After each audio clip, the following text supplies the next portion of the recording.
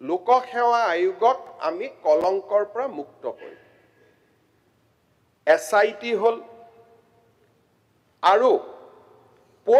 প্ৰথম পৰ্যায়তে আমি কেইবাজনো ব্যক্তিক লোকসেৱা আয়োগৰ তদানীন্তন অধ্যক্ষ ৰাকেশ পাল আৰু তেখেতৰ লগত সেই সময়ত জড়িত কেইবাজনো মেম্বাৰ প্ৰথমবাৰৰ বাবে ভাৰতবৰ্ষৰ ইতিহাসত লোকসেৱা আয়োগৰ অধ্যক্ষ আৰু মেম্বাৰসকলক গ্ৰেপ্তাৰ কৰা হয়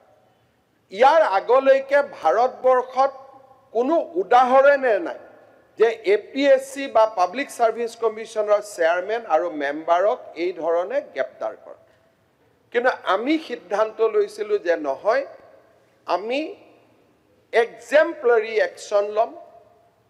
লোকসেৱা আয়োগৰ অধ্যক্ষক আইনমতে আমি ডিল কৰিম গ্ৰেপ্তাৰ কৰিম মেম্বাৰসকলক ডিল কৰিম আৰু এই গোটেই প্ৰচেষ্টাটোক নিকা কৰাৰ আমি প্ৰয়াস কৰিম